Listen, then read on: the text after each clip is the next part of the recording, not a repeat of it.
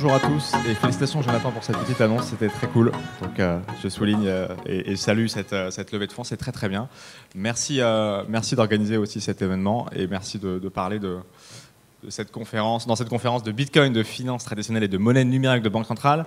Alors on va essayer déjà de traduire ce que c'est pour ceux qui ne connaissent pas. On a de superbes intervenants pour pouvoir le faire. Et je vais vous laisser dire quelques mots sur vous tous.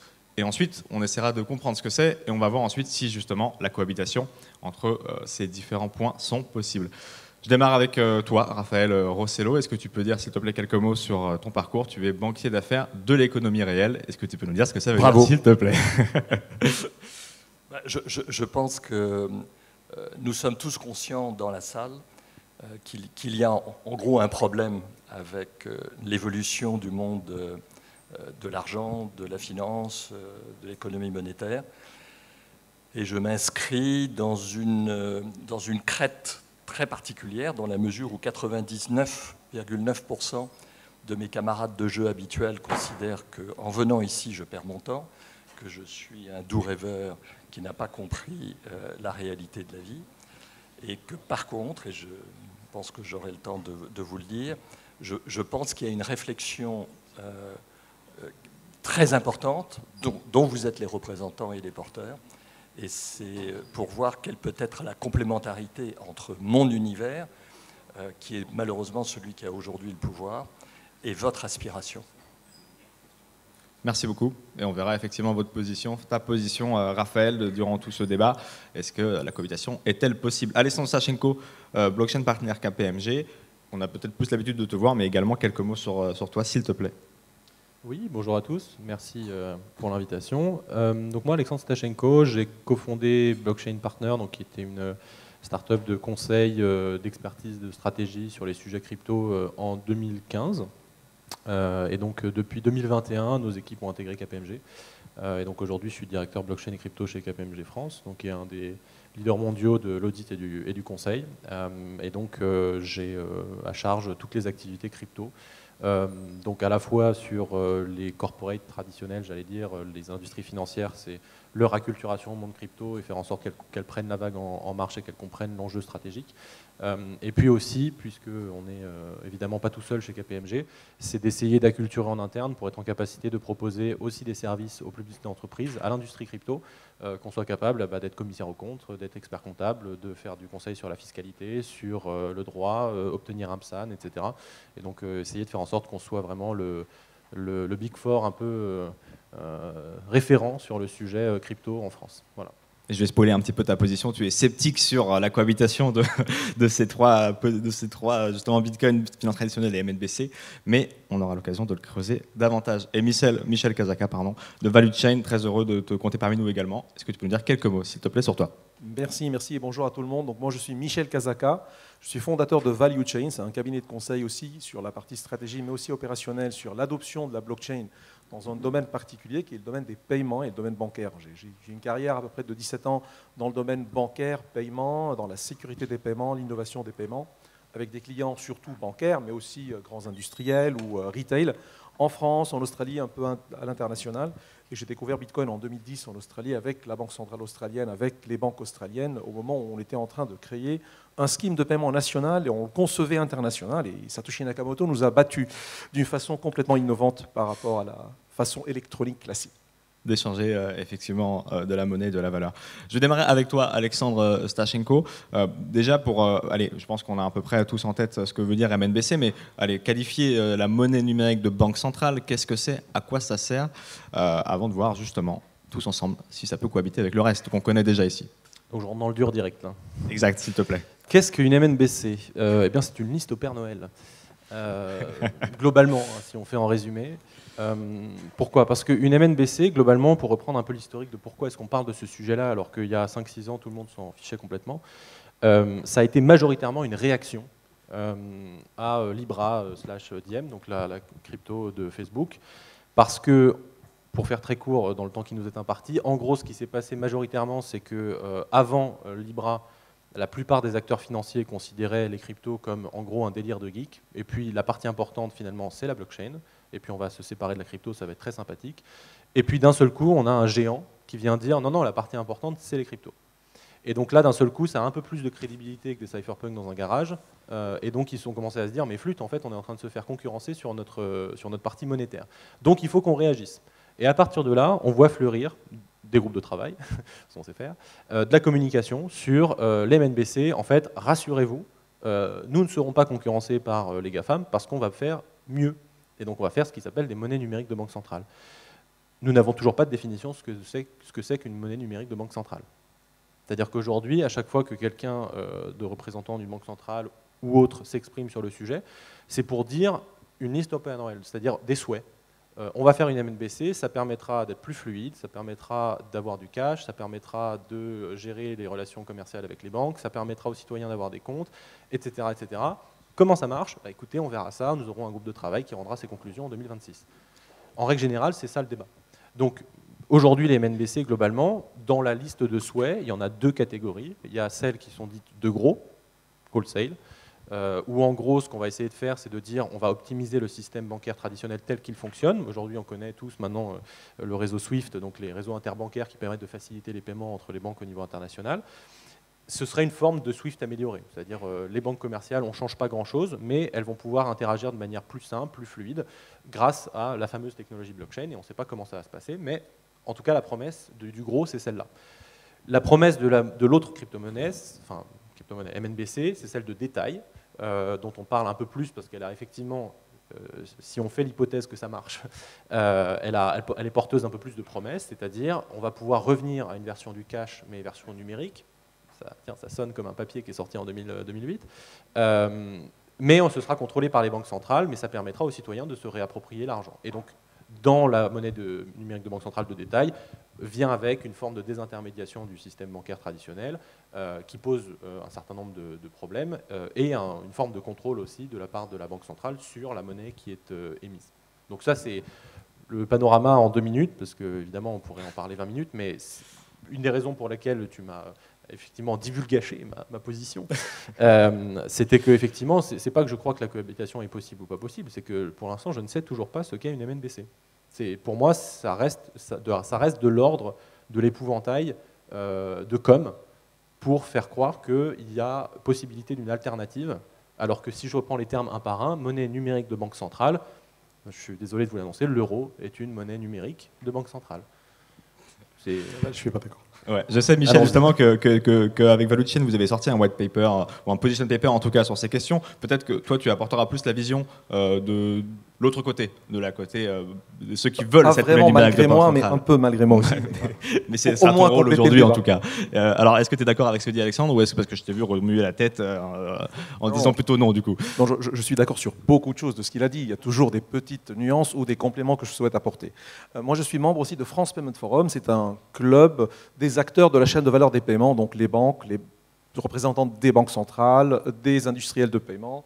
Et dans ce groupe de travail, moi j'anime un groupe de travail spécialisé sur les crypto-paiements, et donc dans lequel on a publié en 2020 un glossaire des crypto-paiements, dans lequel on a proposé une définition qui a pris beaucoup de temps à être rédigée. Je vous invite à tous à aller voir le glossaire des crypto-paiements sur Internet, c'est France Payment Forum. Il y a à peu près 80 mots du domaine blockchain en français, très lié au domaine des monnaies numériques de banque centrale, des monnaies électroniques, etc.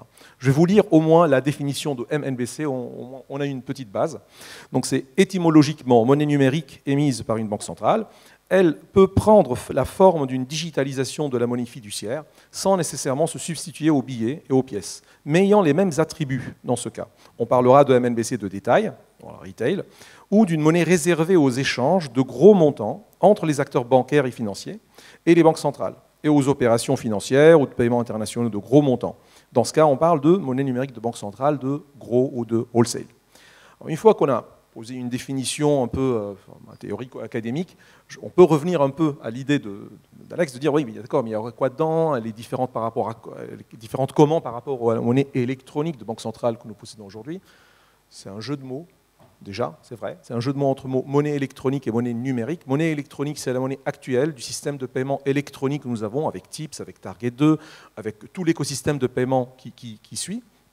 Alors que la monnaie numérique de banque centrale, c'est un droit que va nous permettre à nous, personne lambda, monsieur et madame tout le monde, les citoyens européens, de posséder une monnaie, au lieu qu'elle soit papier, une monnaie banque centrale dans notre poche, ce qui n'est pas possible aujourd'hui, à part en ayant des pièces de monnaie et des billets. Alors, ça sert à quoi? C'est une autre question. Est-ce que c'est utile? C'est une autre question. Est-ce que ça va réussir? C'est une autre question. Mais le projet est un projet très, très, très sérieux. Ça veut dire que toutes les banques centrales, allez, 80 à 90% des banques centrales, ont déjà fait des études, des projets, dépensé beaucoup, beaucoup de budget pour étudier beaucoup d'aspects sur la mise en place, la mise en marché, la partie économique, la partie intérêt des banques à le faire. Et ils sont obligés de le faire. D'abord, c'est vrai, c'est par réaction. C'est par réaction à Diem, Libra, etc. Ils l'ont fait échouer à fond, c'est vrai. Ça leur a fait prendre conscience. Ceci dit, c'est un projet sérieux parce que ce n'est pas un projet capitalistique du secteur privé. C'est un projet secteur public. On parle de la Commission européenne, on parle de la Banque centrale européenne, de la Banque du Japon, de toutes les grandes banques. Et ils sont obligés de se remettre en cause, déjà dans leur évolution, pour avoir des systèmes de paiement internationaux plus streamline, plus instantanés. Donc c'est l'évolution naturelle, obligatoire, qui va faire très très mal à l'écosystème classique. Et ils sont obligés de le faire. Voilà. Classique, donc la finance traditionnelle? Définition de? Tu dis classique, ça serait plutôt à la destination de la finance traditionnelle si on prend la finance traditionnelle, mais ce n'est pas seulement la partie finance, c'est la partie sous-jacente, enfin fondamentale derrière des systèmes monétaires et de paiement. Ok, très bien. Raphaël. Waouh. Tu as l'air perdu, très pensif. Je suis pensif parce que il faut être très très modeste après avoir entendu Alexandre et Michel qui rentrent dans un aspect qui pour moi est celui de la trousse à outils.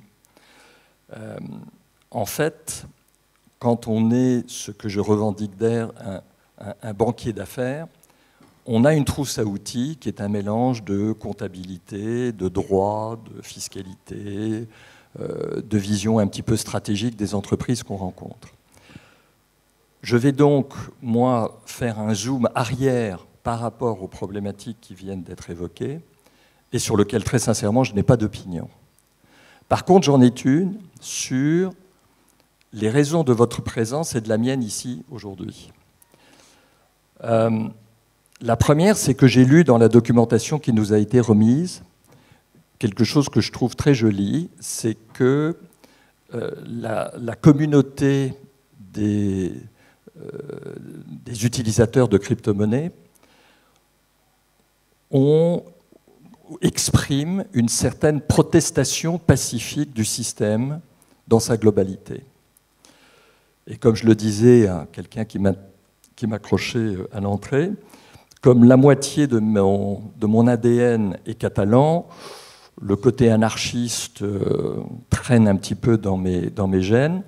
Donc la notion de protestation, je ne la vois pas du tout, comme la majorité de mes confrères, comme étant quelque chose qu'il faut éliminer, éradiquer, mais comme quelque chose qui peut toujours être utile.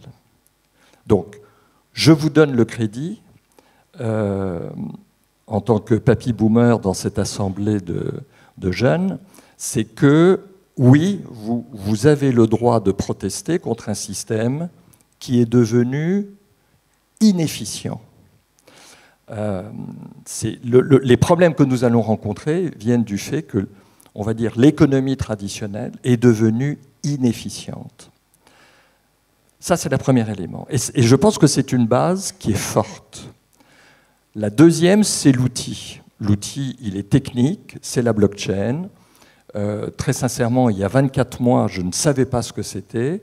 Je ne prétends pas savoir, mais je le comprends. Et j'atteste que ce système va rentrer dans nos vies comme Internet est rentré dans nos vies. Le troisième, et c'est celui sur lequel on va commencer à faire le lien, c'est la notion de la valeur. J'ai été prof à l'université et notamment je me passionnais sur ces problèmes de valorisation dans la mesure où la valeur est toujours un problème de convenance. Okay. On peut donner à la bouteille en plastique qui est ici, si nous en sommes tous d'accord dans l'agora que représente cette salle, on peut lui donner une valeur X, et le X pouvant être exprimé dans une monnaie numérique ou dans une monnaie fiduciaire ou dans un métal ou dans des sacs de farine, peu importe. L'alerte que je donne est la suivante. Étant donné que et c'est ce que je souhaite le plus pour votre, comment dirais-je, votre aspiration, c'est que moi, ça ne va pas changer ma vie. C'est-à-dire que j'utilise des dollars, des yens, des euros ou des bitcoins, mon problème est toujours le même, c'est que je dois aller chercher dans une poche qu'on appelle l'épargne, le moyen de financer des projets, d'où, et je t'en remercie, de ma revendication de banquier de l'économie réelle. L'économie réelle, ce n'est pas de faire de la spéculation ou d'être short ou d'être long sur des options, sur le sucre ou sur le bitcoin. Ils sont à côté de moi, ces gens-là, mais je ne sais pas ce qu'ils font. Je ne comprends toujours pas ce qu'ils font. Parfois ils gagnent, parfois ils perdent, mais je ne comprends pas. Par contre, ce que je comprends, c'est que dans l'économie réelle, il y a des gens qui ont besoin de financement pour assurer leur développement. Or, si je fais une émission, si j'aide un entrepreneur à faire une émission de X millions de bitcoins à une certaine valeur, je n'ai aucun moyen aujourd'hui de lui garantir qu'il va peut-être faire une affaire fantastique si le bitcoin s'effondre, parce qu'il va rembourser le quart ou la moitié de ce qu'il a emprunté, ou au contraire, que ça va lui coûter une fortune. Or, il n'y aura pas, à mon sens, de véritable robustesse des crypto-monnaies dès lors qu'il n'y aura pas un minimum de régulation, qui est elle-même un peu en contradiction avec le postulat philosophique de départ de protester contre la réglementation qui vous est imposée. Donc, je vous invite parce que, comme je fais partie malheureusement de ceux qui anticipent que nous allons vers des problèmes graves, mais comme je suis un enfoiré d'optimiste, c'est essayons de trouver les moyens de réguler la volatilité de vos crypto-monnaies, de manière à ce que moi, ingénieur de l'économie réelle, je puisse l'utiliser.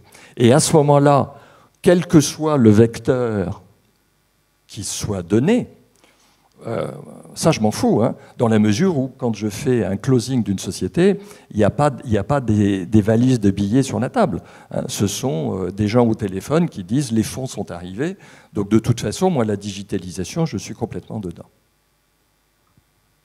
Merci. Maintenant qu'on a à peu près la position de chacun, je sais qu'Alexandre, là encore une fois, je te renvoie à la patate chaude sur ces définitions. Il y avait quelques contradictions avec Raphaël et c'est bien normal et c'est l'objectif de cette table ronde sur la définition, sur cette cohabitation. Alors, on a compris que certains, la cohabitation elle était possible, d'autres pour toi elle n'est pas possible, mais si on part du postulat de Raphaël, qui est elle existe, qu'est-ce qui empêcherait qu'on puisse avoir ces trois aspects qui vivent en même temps, allez, en 2027, après la consultation des différentes tables rondes. La cohabitation, elle est possible, mais encore une fois, je vais revenir sur ce que disait Michel, c'est un problème de définition. C'est-à-dire que si derrière MNBC, on parle d'optimiser la façon dont les banques commerciales s'échangent de l'argent, très bien, moi, il n'y a pas de problème. C'est juste que c'est un sujet qui m'intéresse qu'à moitié, parce que c'est pas une innovation de rupture. On va aller chercher 3%, ou ce serait déjà super bien, on va chercher un demi-point de pourcentage d'économie sur des transferts internationaux. C'est important, mais ce n'est pas une innovation de rupture. Donc ça cohabitera très probablement. Mais moi, ce qui m'embête plus, c'est que, j'allais dire, même dans la définition qui a été donnée, typiquement, il y avait ce sera une monnaie pour la partie retail qui aura les mêmes propriétés que le cash, mais version numérique. Bah non, parce que les propriétés du cash, c'est incensurable et anonyme. J'ai pas l'impression que c'est vers ça qu'on se dirige. Donc, au même degré, tout à fait. Donc, déjà, rien que dans cette définition-là, encore une fois, je reviens à ce que je disais, c'est un souhait. Ce n'est pas une définition. La Banque centrale souhaite faire en sorte que nous ayons une version numérique du cash, alors qu'il y a une contradiction même dans les propos, c'est-à-dire que, bon, déjà, parce qu'on fait la guerre au cash, donc je ne vois pas pourquoi on chercherait à faire une version numérique, ce serait un peu contradictoire, et deux, parce que les propriétés du cash sont celles dont la Banque centrale ne veut pas. Accessoirement, la seule solution technique qu'on a trouvée pour que l'argent numérique soit un actif et pas un passif, ça s'appelle Bitcoin. Donc si la monnaie numérique de banque centrale doit avoir une banque centrale ne pas respecter notre ami Satoshi Nakamoto sur le white paper qui nous dit que il faut une théorie des jeux, il faut une incentivisation, il faut des mineurs, etc. Encore une fois, pour moi, ça relève du souhait. Donc voilà, on pourra voir. Si demain, moi, mon postulat personnel, je pense que ce qui va se passer, c'est qu'on va avoir ces groupes de travail qui vont prendre des années, qui vont dire dans 3 ans, quand le sujet sera un peu refroidi, en fait, on n'a pas trouvé de solution, mais on ne veut pas passer pour des imbéciles, donc on va dire qu'on le fera, mais en version allégée pour les banques commerciales. On accouchera d'une demi-souris qui dira nous avons trouvé un moyen d'optimiser Swift.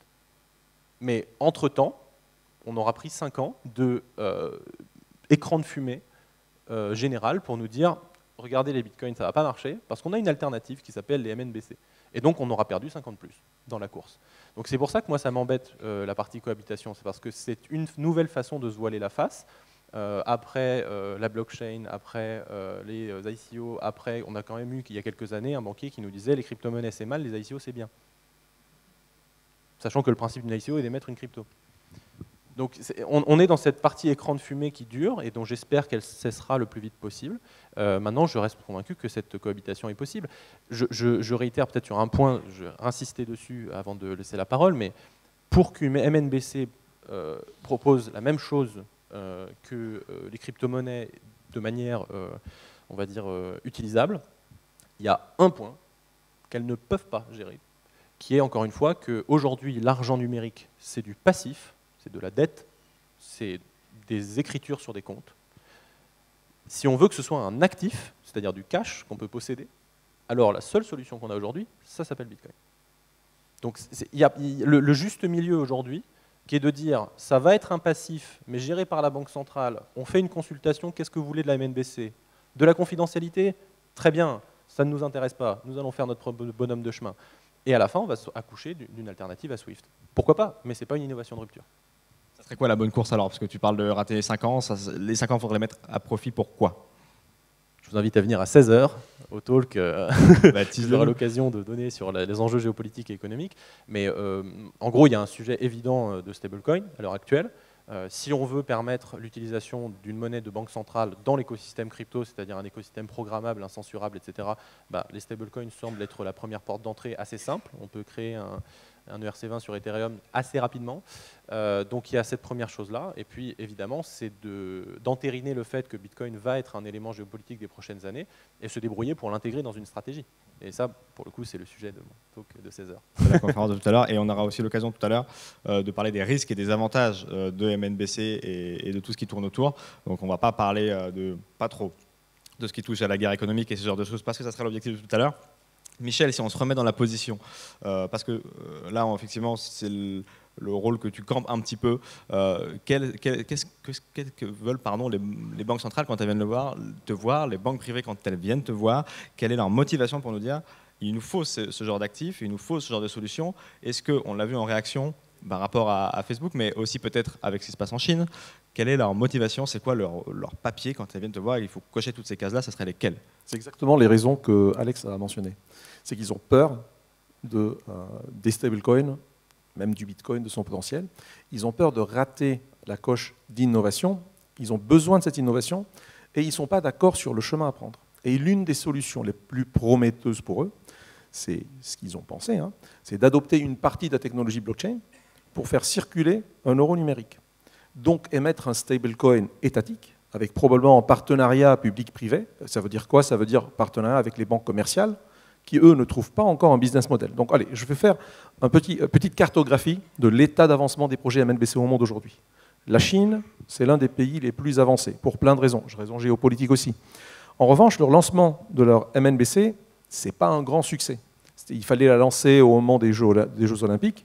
Les gens arrivent pour payer aux Jeux Olympiques, ils payent par visa, les Chinois comme les étrangers. Première chose. Deuxième chose, la Chine ne voit pas sa MNBC comme un projet de court terme. Donc ce n'est pas grave, elle a marqué le coup communication lorsqu'elle a fait les Jeux Olympiques. Mais en revanche, le projet il continue en déploiement dans toute la région. Et peut-être il va en parler, Alex, dans sa conférence sur cette partie géopolitique. Donc tous les autres États, toutes les autres banques centrales ont besoin de deux choses. Ont besoin de moderniser leur système de paiement, ont besoin de moderniser leur système de contrôle de la monnaie et donc de leur politique monétaire. Et ça passe par quoi? Ça passe par des des relais. Les relais, c'est les banques commerciales. Les banques commerciales n'ont aucun intérêt, aucun économique, à émettre une monnaie numérique de banque centrale, ou à la diffuser, ou à la distribuer, économiquement parlant. Ils ont plein d'autres projets. Sachez qu'une banque, elle dépense à peu près plus de 37% de son chiffre d'affaires que sur la conformité. C'est énorme. C'est le centre de coût le plus élevé. Vous imaginez, vous avez 100 euros, 40 euros à peu près, c'est juste pour des questions conformité. Ils sont obligés de le faire. En plus, on leur demande beaucoup de choses en plus. Il y a EPI qui est un projet European Payment Initiative pour émettre un système de cartes de paiement européen concurrent à Visa Mastercard qui n'avance pas aussi bien qu'on le veut. C'est un projet capitalistique, ça veut dire que c'est privé, ce n'est pas la Banque centrale, ce n'est pas l'Europe qui leur pousse à le faire, mais elle les encourage à le faire. Et même ça, le lobbying de Visa, de Mastercard et d'autres fait qu'on ne va plus émettre une carte européenne aujourd'hui, même si déjà on est à peu près 40 ans de retard sur ce genre d'innovation. Donc de là à leur dire, vous allez en plus distribuer une monnaie numérique de banque centrale, ils ne sont pas prêts. Et là récemment, la BCE, elle a publié un rapport dans lequel elle cherche à trouver un business model pour les banques commerciales. En gros, la BCE serait prête à financer, à payer les banques pour distribuer l'euro numérique. Vous allez me dire, mais ça sert à quoi encore une fois? Je suis d'accord. La question c'est, ils ont besoin de ça. Et c'est essentiel, c'est vital pour le système de paiement. Vous avez une banque centrale des banques centrales qui s'appelle BIS, la BRI, qui elle a fait des expérimentations internationales entre banques centrales pour faire fonctionner des multi-CBDC, ça veut dire des monnaies numériques de banque centrale entre elles. Par exemple, un dollar digital avec un euro digital, avec un yuan digital, avec un yen digital. C'est justement pour des cas d'usage de wholesale et de paiement transfrontalier. Mais la priorité est actuellement pour le retail. Donc la BCE, elle a mis la priorité pour le retail, c'est pour nous tous, et ce n'est pas pour le wholesale, même si la Banque de France, elle insiste, et nous, on encourage pour qu'il y ait les deux, pour avoir un business model qui tient la route.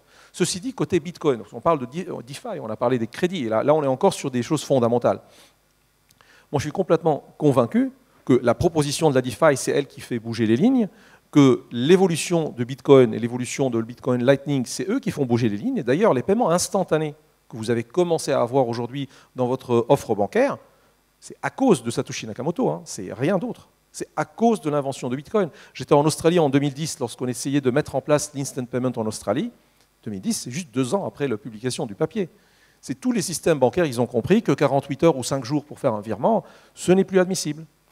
Et la bonne façon de le faire, c'était adopter une partie de la technologie de Bitcoin. Et enfin, pour terminer, c'est vrai qu'une MNBC ne sera jamais équivalente à un Bitcoin. Le Bitcoin, il a des caractéristiques, d'ailleurs, Yves Chouet-Fati, dans sa présentation, il nous a donné quelques attributs aussi. La MNBC ne sera jamais équivalente, mais ce n'est pas son but.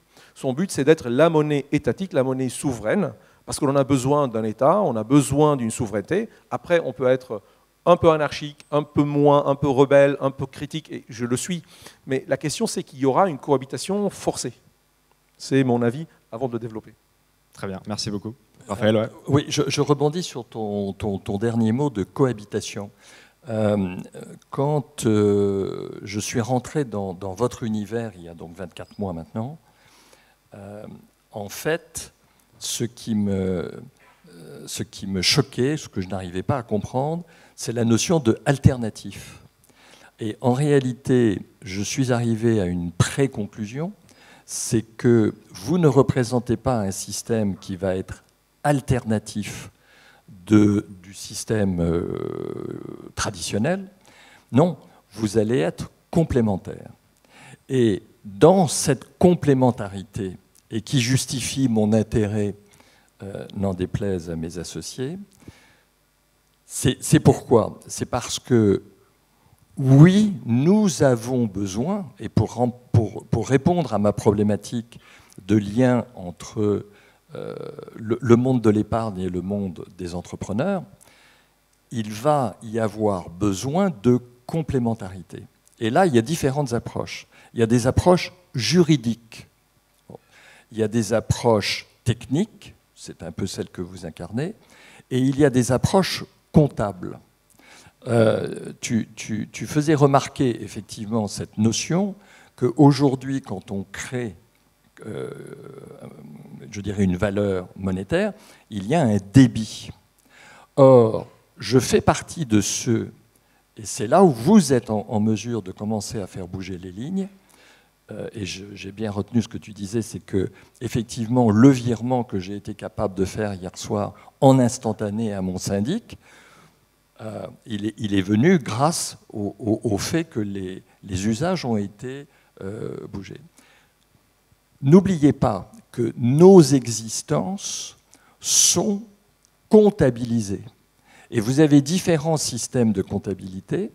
L'un d'eux qui perdure depuis des siècles et qui a été affiné dans les 70 dernières années, c'est qu'on comptabilise justement des transactions monétaires.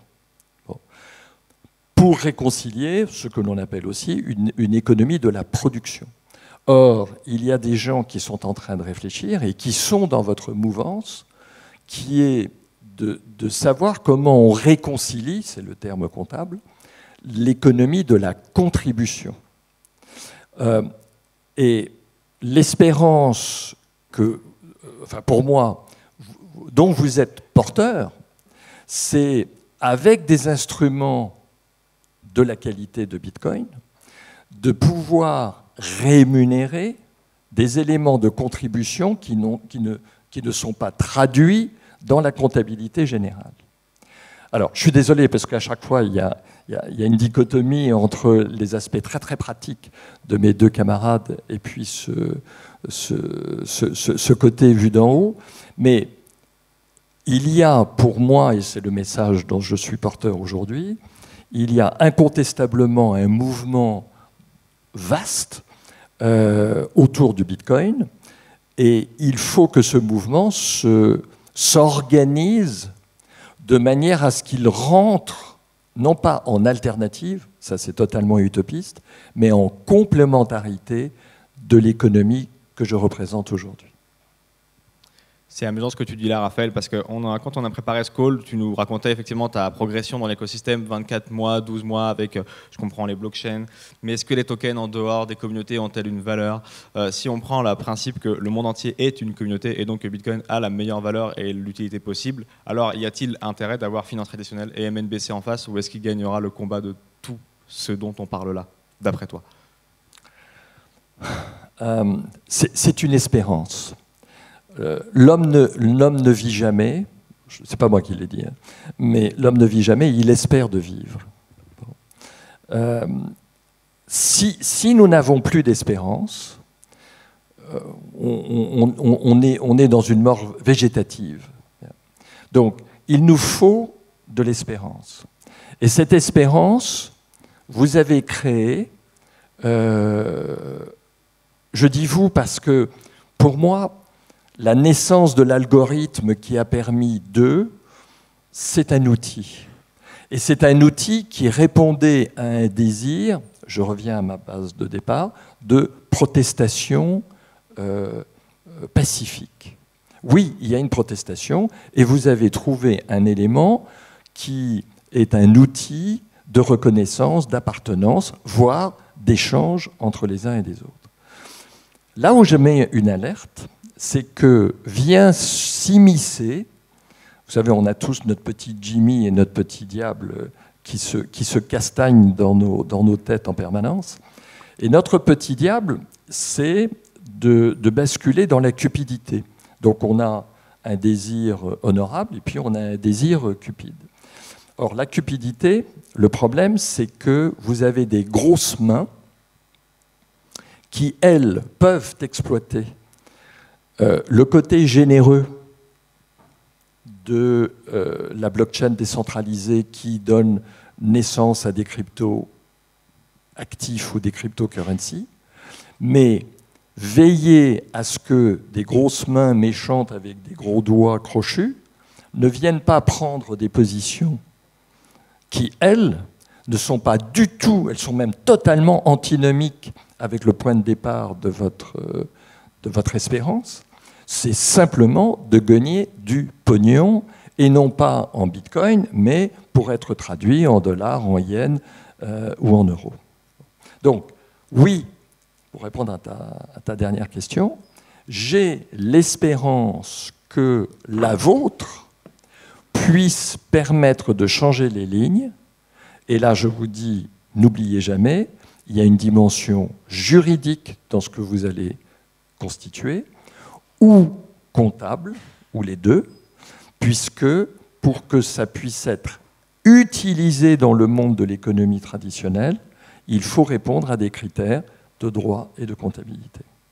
Parce qu'on est bien d'accord, effectivement, et là, Alexandre, c'est peut-être à toi que ça s'adresse davantage.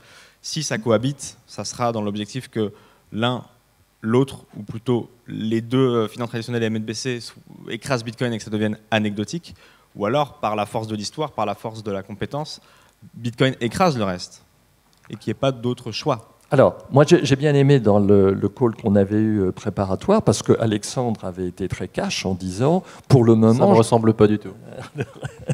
Pour le moment, et il l'a redit, pour moi, ces monnaies de banque centrale n'existent pas. Bon, et là, il y a eu d'ailleurs des échanges entre mes deux camarades.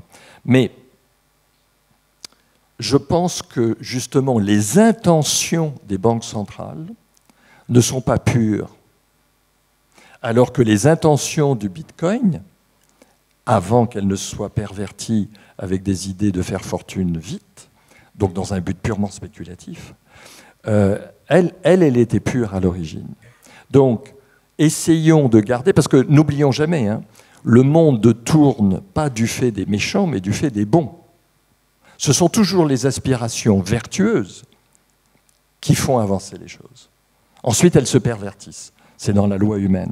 Mais gardons, entre guillemets, la fraîcheur de Bitcoin, car c'est elle qui peut effectivement amener à quelque chose de grand et de contributif. Donc, effectivement, je ne crois pas. Enfin, je crois à tout ce que tu dis, notamment. Hein. Moi, je le vois bien. Nous aussi, on a une compliance qui est très, très, très lourde dans nos métiers.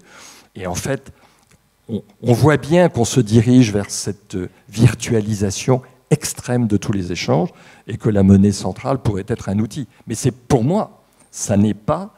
Vous n'adressez pas la problématique qui vous réunit aujourd'hui. Alexandre, est-ce que tu souhaitais réagir ? Ouais, alors je lançais dans des considérations philosophiques à 4 minutes de la fin. Première chose, c'est que si j'en rajoute un peu de cynisme, je ne sais pas si la vertu gagne toujours dans l'histoire. Je pense plutôt que c'est a posteriori, comme les vainqueurs écrivent l'histoire, on a tendance à considérer qu'ils sont vertueux. Donc ça, c'est première part de cynisme. Deuxième part de philosophie, c'est que en fait, la cohabitation, effectivement, pour moi, il y a 2-3 scénarios qui se décident. Il y en a un premier où, en gros, Bitcoin se crash, sert à rien, personne n'en veut, etc. Et voilà, bon, pas vraiment celui que je pense va arriver, ni que je souhaite. Mais ensuite, il y en a deux. Il y en a un premier qui est plutôt le scénario du cataclysme, dans lequel, imaginons que le mégawattheure soit à 1 500 € en décembre. Voilà, encore une partie de cynisme. Non, un scénario dans lequel effectivement ça se passe pas très bien, et dans ce cas-là, on va avoir j'allais dire un Liban généralisé, c'est-à-dire les banques qui se mettent à dire, en fait, et je parle à Michel à côté de moi, mais je suis d'origine libanaise, voilà. Et moi d'origine ukrainienne, voilà, comme ça se voit sur mon nom. Donc bref, tout ça pour dire que on se retrouve avec des banques qui disent ah vous avez de l'argent mais je vous le rends pas. La monnaie locale qui s'effondre, l'économie qui s'effondre, etc., qui est scénario cataclysmique dans lequel on va avoir une phase organique dans laquelle les gens vont chercher une monnaie. Et Bitcoin est une de ces possibilités. Est-ce qu'ils vont le faire? Est-ce qu'on aura encore de l'électricité, machin? Je ne veux pas rentrer dans le scénario jusqu'à la guerre nucléaire totale, mais globalement, c'est un scénario dans lequel on peut avoir effectivement une prise de pouvoir de Bitcoin parce qu'il serait la monnaie élue de manière organique. Maintenant, il y a un scénario intermédiaire qui est celui effectivement de la cohabitation, dans lequel moi, je pense que effectivement, c'est un peu toujours le même débat entre centralisation, efficience, et j'en parlerai aussi à 16h pour refaire une part de teaser, entre centralisation et efficience d'un côté et décentralisation et résilience. Aujourd'hui, je trouve que le curseur va trop dans la partie efficience. Et en règle générale, la partie efficience, elle se fait sans qu'on le remarque trop, mais au détriment de plein d'autres choses, comme la vie privée, la confidentialité, la capacité à être résilient, donc à résister aux chocs et aux crises. Et donc ça, effectivement, le système traditionnel, il est en train de mettre le curseur sur la partie efficacité. On va essayer de faire les choses hyper bien, hyper vite, mais le prérequis, c'est que, 1, le système financier est particulièrement important et concentré, et 2, le prérequis, c'est qu'on est tous bancarisés. Donc ça c'est les prérequis pour que le système financier traditionnel soit hyper efficace. Et dans un monde où tout va bien, a priori, le français moyen n'a pas besoin de Bitcoin. Ça marche très bien, le virement instantané, ou avoir un compte bancaire, ou avoir des crédits, etc., etc. Et on a cette alternative, qu'est Bitcoin, et qui est là pour donner la possibilité, si on perd confiance dans le système, d'avoir une porte de sortie. Et de dire, bah, voilà, moi je pense que le système fonctionne bien si tout va bien. Cependant, mon avis, c'est que tout ne va pas forcément aller bien. Donc je mets une partie de mes œufs dans un autre panier. Et aujourd'hui, cette alternative, en dehors de Bitcoin, on ne l'a pas. Donc on est obligé d'être tous nos œufs dans le même panier. Et c'est ce qui fait que, en fait, on est le doigt dans un engrenage qu'on ne peut pas arrêter. Si on l'a vu pendant la pandémie, c'est que quand tout est fermé, tout le monde est chez soi, les avions sont par terre, il ne se passe rien, il n'y a jamais eu autant de monnaie. On ne peut pas sortir de ce système sans voir un effondrement généralisé. Donc on est obligé de remettre un peu plus de gaz à chaque fois dans le moteur, sinon ça s'arrête et on n'a pas envie que ça s'arrête.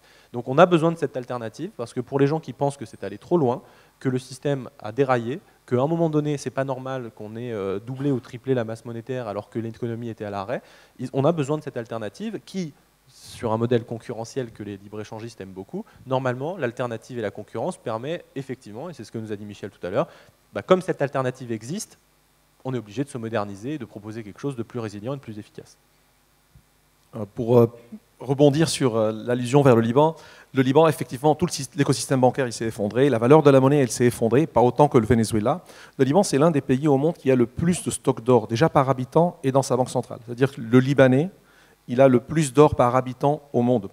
Et ça fait que l'écosystème au Liban, il a survécu, mais vraiment juste survivre, grâce à un système non bancaire. On ne pouvait plus accéder à notre argent aux banques, ni en dollars, ni en livres libanaises. Et si on pouvait accéder à la livre libanaise, ça ne valait plus rien. Donc, on va pas, je ne pense pas qu'on va aller jusque-là, enfin c'est mon avis, hein. On ne va pas aller jusque-là en Europe pour plein de raisons. En revanche, le haircut, ça veut dire que si vous avez plus que 100 000 euros à la banque, bah, ça ne vous appartient plus. Tout ce qui est en dessous de 100 000 euros, vous pouvez commencer à retirer 200, 300 euros par mois. C'est des scénarios, je ne veux pas dire qu'on va arriver à ça en Europe, mais cette logique-là est possible. Il y a une probabilité que ça arrive. Chypre est en Europe et on a déjà eu ça à Chypre. Donc, voilà, je parle en France, je parle en zone euro complète. Il y a un risque. Et donc, le sujet de la MNBC a à voir avec ce risque. C'est avoir à mettre en place une monnaie retail dans la poche de tout le monde, à un plafond. Donc, au Liban, c'était par exemple 200 euros par mois. C'est rien, hein. C'est rien. J'ai des amis qui ne pouvaient plus acheter du lait infantile ou des couches pour leur bébé, alors qu'ils sont banquiers, avec leur salaire de banquier. Ils avaient leur Hummer, leur voiture 4x4 qui coûte énormément cher, ils vendaient des cerises à la rue. C'est comme ça, c'est énorme. Donc je ne pense pas qu'on va arriver jusque-là. La MNBC, elle a pour but d'avoir une monnaie dirigée. Ça veut dire qu'on puisse programmer la monnaie pour la donner dans un secteur, vous contrôlez où est-ce que vous pouvez la dépenser, un peu.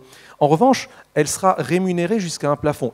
On peut avoir un taux d'intérêt positif, ou négatif. Ou négatif, très difficile à avoir aujourd'hui en Europe, mais un taux d'intérêt sur la monnaie jusqu'à un certain plafond pour que les gens ne courent pas à sortir de la banque, de la monnaie électronique commerciale et aller vers la MNBC. Donc c'est un équilibre incroyablement difficile.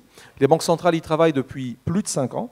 Ils vont sortir probablement l'euro digital, probablement en 2024-2025. Il sera encore assez limité. Entre-temps, le Bitcoin, le Lightning Network sont obligés d'acquérir et de conquérir le domaine des paiements. Yves Chouefati tout à l'heure, et même Jonathan, il parlait quand est-ce qu'il faut acheter. Personne n'a parlé quand est-ce qu'il faut vendre, personne n'a parlé quand est-ce qu'il faut payer avec. Il faut absolument augmenter la vélocité de la circulation du Bitcoin. Sinon, la promesse de réserve de valeur, elle vaudra zéro. Lisez le papier de Nassim Taleb. Je suis contre son papier. Son papier, il a beaucoup d'erreurs. Enfin, je ne veux pas critiquer maintenant Nassim Taleb. Mais en gros, il faut absolument adopter le Bitcoin en paiement, d'où l'idée de crypto-paiement aussi. Et d'ailleurs, je vous invite aussi à voir la conférence que je vais donner sur la vie, le cycle de vie d'un paiement. Alors, elle est un tout petit peu en concurrence avec Alexandre, elle est à 15h30 aujourd'hui. Voilà. Vous aurez le choix. C'est possible de le faire juste la suite. Voilà, essayez d'alterner entre les deux. Merci beaucoup, Michel. Est-ce qu'on a 1 ou 2 minutes encore pour prendre des questions? Ouais, une question. Trop bien. Eh ben, est-ce qu'il y a des questions dans la salle? Il y en a quelques mains qui se lèvent. Ouais. On parle de Bitcoin comme une monnaie, mais est-ce que ça ne servirait pas plutôt de catalyseur? Parce qu'on voit effectivement que toutes les monnaies fiat partent un petit peu en vrille. Et est-ce qu'il ne permettrait pas justement de catalyser ces monnaies fiat pour justement redresser la barre des fiat et remettre les États, on va dire, dans le droit chemin?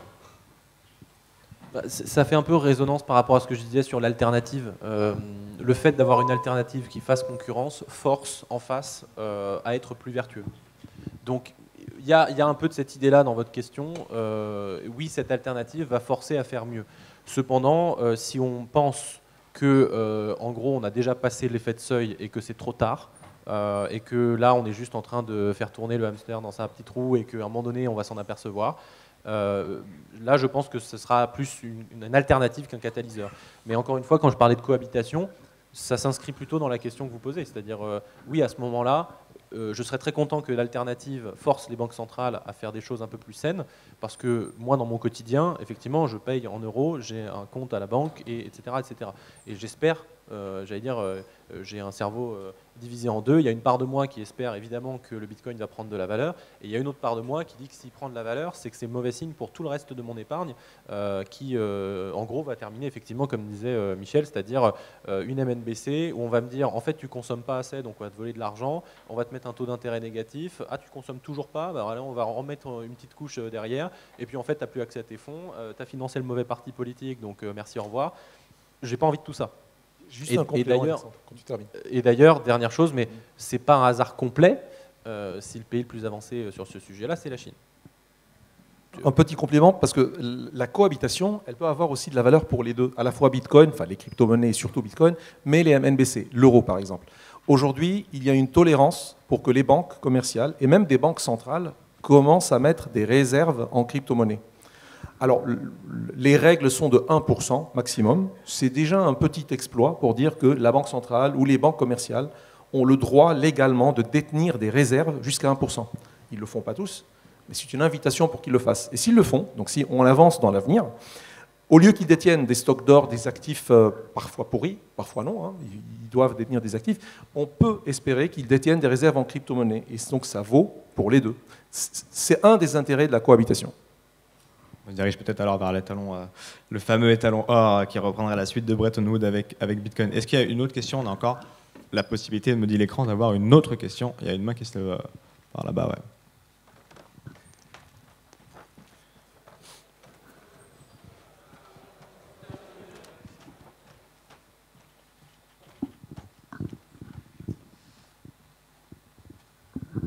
Oui, bonjour. Je viens de Suisse et j'ai eu l'opportunité de suivre le projet Jura et Helvetia, donc des tests en fait de transfert de monnaie de banque centrale cryptographique entre la Suisse et la France. Et en fait, en discutant avec les gens qui travaillent sur le projet, on s'est rendu compte qu'ils avaient créé leur propre blockchain, à peu près en copiant Bitcoin, en enlevant ce qui ne leur plaisait pas, ce qui leur apportait beaucoup d'autres problèmes, et en essayant de garder l'ancien carcan de validation qu'ils ont entre les différentes structures qui font ces validations-là, alors qu'avec une comptabilité à triple entrée, on a toutes les informations sur une seule transaction. Et ma question, on parlait avant de valeur, hein, de l'or et tout ça. Il y a quelques années, on parlait que Bitcoin était potentiellement l'or digital. On parle de coopération, on parle de confiance. Aujourd'hui, on a une infrastructure avec Bitcoin internationale, c'est-à-dire que s'il n'y a plus d'électricité en Europe, ça continue de fonctionner dans le reste du monde. Et on a des technologies comme, j'en cite quelques-unes, RGB, Lightning et autres, qui permettent à terme de faire du smart contract sur Bitcoin, de faire des jetons. Et pourquoi on ne suivrait pas la voie, en tout cas les banques centrales, de se dire finalement on peut faire ce travail-là sur Bitcoin, faire des transactions et elles seraient toutes sur le même réseau déjà là, parce que l'infrastructure est déjà là. Est-ce que il y aurait une utilité à partir dans cette voie-là plutôt que de développer sa propre blockchain chacun de son côté, alors qu'on a quelque chose qui fonctionne et qui a fait ses preuves, je pense, depuis bientôt 10 ans? Oui, mais le saut conceptuel est trop fort. C'est une question de temps. Mais oui, en soi, alors aujourd'hui, parce que tu parles des technologies futures, RGB, etc., qui aujourd'hui... Je viens du futur, je viens de Suisse. Au niveau régulatoire, on est déjà pas mal. Effectivement. Donc, moi, je pense que c'est une possible voie. Et je vois très bien un système financier avec une base et puis après des surcouches. C'est ce qui se passe. Lightning, c'est une surcouche. De la même façon que souvent, vous savez, on compare Visa fait tant de transactions par seconde, Bitcoin en fait que X, donc c'est nul. C'est ignorer qu'il y a avant Visa 25 autres couches avant, la banque centrale, la monnaie, la banque, le prestataire de services de paiement, etc., qui à la fin font que Visa ne fait pas des transactions mais des autorisations. Donc on peut avoir ce genre de couche où on remplace effectivement le système initial couche 1 par Bitcoin. Mais pour l'instant, je pense qu'il n'est pas encore assez malléable pour ça.